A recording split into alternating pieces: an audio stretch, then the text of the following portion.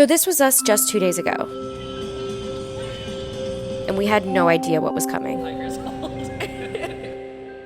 We didn't know that last night was our last show performing together, and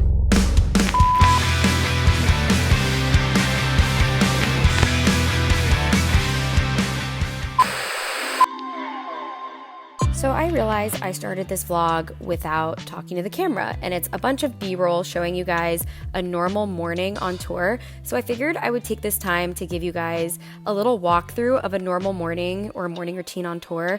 So usually I wake up really early at like 8 a.m. no matter how tired I am from the night before, and I pack, and I have to literally pack everything back up, get in the van, and drive either like 6 to 12 hours to a new city.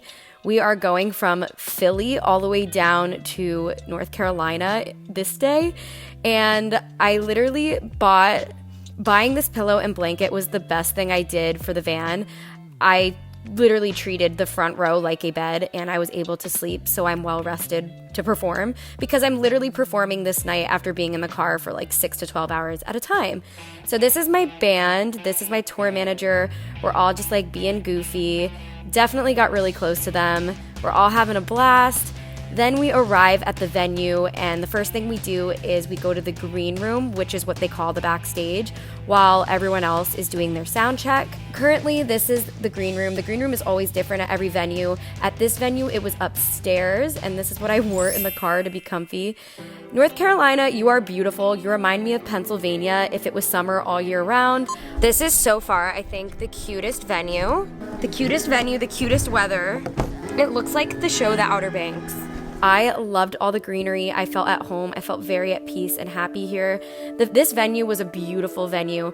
And when I got out of the van, I realized I wanted to wear my fairy court inspired outfit for this show that I was actually saving for Florida.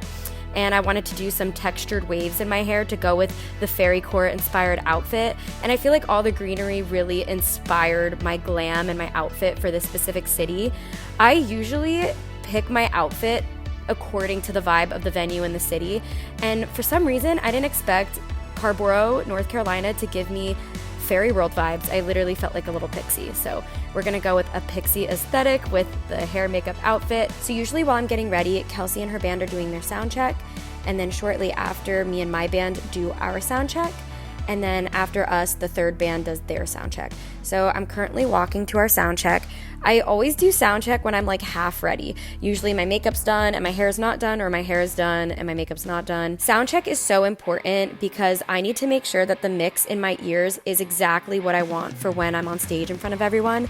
We need the in-ears working because when you're on stage and there's people in the crowd, you literally can't hear yourself. It doesn't matter how good you are at singing or how rehearsed you are. If you can't hear yourself, you will be flat, you will be sharp, you'll be pitchy. Like, the in-ears are what makes a solid performance, and that's ultimately why a sound check happens. So after sound check, I met up with a subscriber. We were DMing back and forth about her potentially shooting my set, and then she showed up around the same time I had my meet and greet. We hit it off, and then we had a photo shoot in the greenery outside of the venue, and we had like a whole fairy iPhone aesthetic photo shoot. And guys, if I could have photo shoots with all of you guys, I totally would, like pick for pick. Guys, we just met and we're having a photo shoot.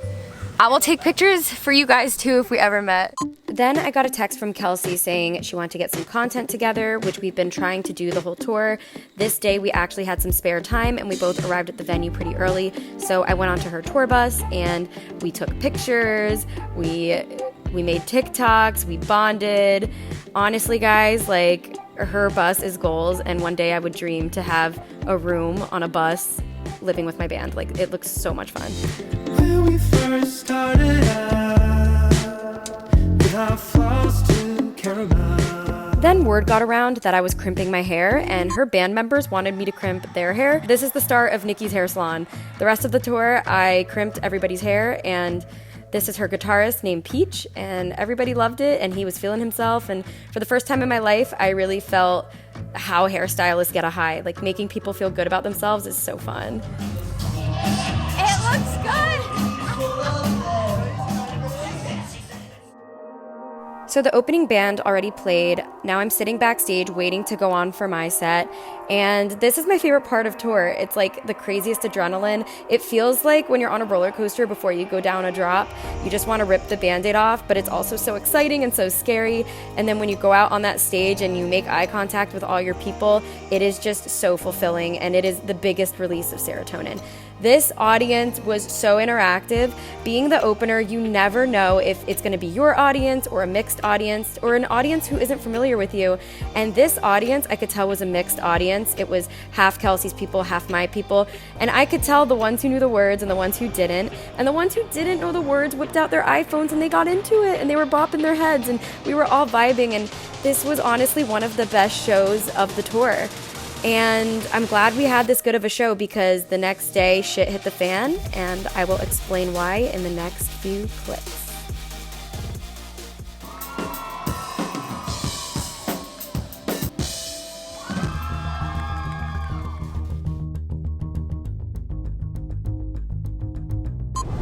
Updating you guys. The last time you guys saw me and the band, we were in North Carolina. And now the van is a lot more empty, and I will explain why. So we have me, we have Zach, guitar, we have Mary. We are missing Drew, our tour manager, who does sound. And we are missing Kate, the keyboardist. And that is because, this sucks. They tested positive for COVID, so they are on their way back to New York City. All of us in the van have been in a quarantine bubble, and we've taken 2 COVID tests. One of them was a lab PCR test, all negative. So we are negative, but we still were exposed to them, so we're staying in our own little bubble. Yeah, it's just, this kind of came out of nowhere. I feel like we were having literally the time of our lives with this group of people. And I'm not gonna lie, like, it was really, really unexpected. Like, nobody on tour has felt sick, especially the ones that got sick. Like, they were wearing masks 24/7. It's honestly the biggest shock. It's sad when you know that a tour isn't a forever thing and it's temporary, and the fun you're having, like, when it's over, will never happen again. I know that sounds dark, but it's true. Like, you can't repeat the same tour ever again. And it's sad that, like, our time with the 2 that left is already gone and it's already done and we didn't know it. Like, we didn't know that last night was our last show performing together, and it's like fucking with me a little bit because, I don't know, I'm bad at endings, and you know, their time stopped early with us. It's just, I don't know, it's been a day. We're actually driving to Orlando and we don't know what's going on because even though we're negative, we don't know the status of anyone else that is part of the show. We don't know how other teams are doing.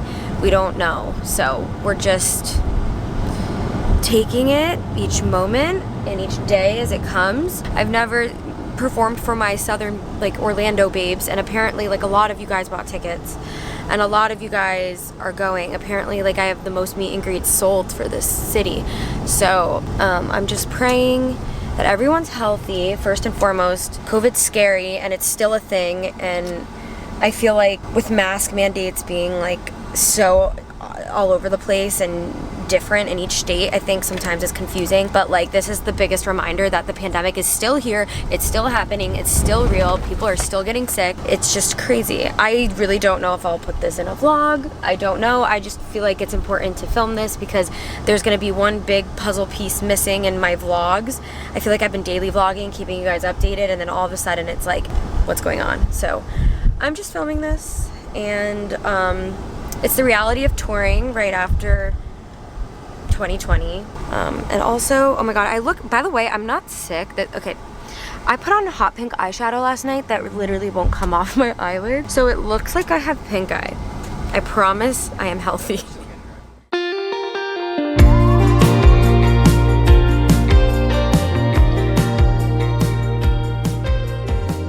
It is day 2 driving to Orlando. We spent the night in Savannah.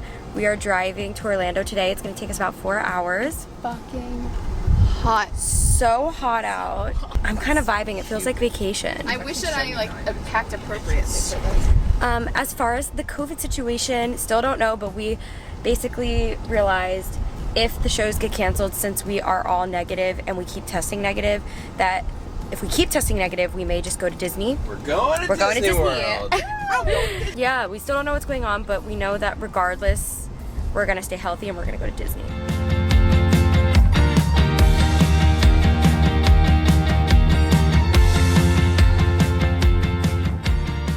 I'm gonna end this vlog here, but watch the next and final vlog of the Tour Diaries to see whether or not we get to do our next show and to see what I get to do on my birthday, since that is the last day of the tour. So keep watching.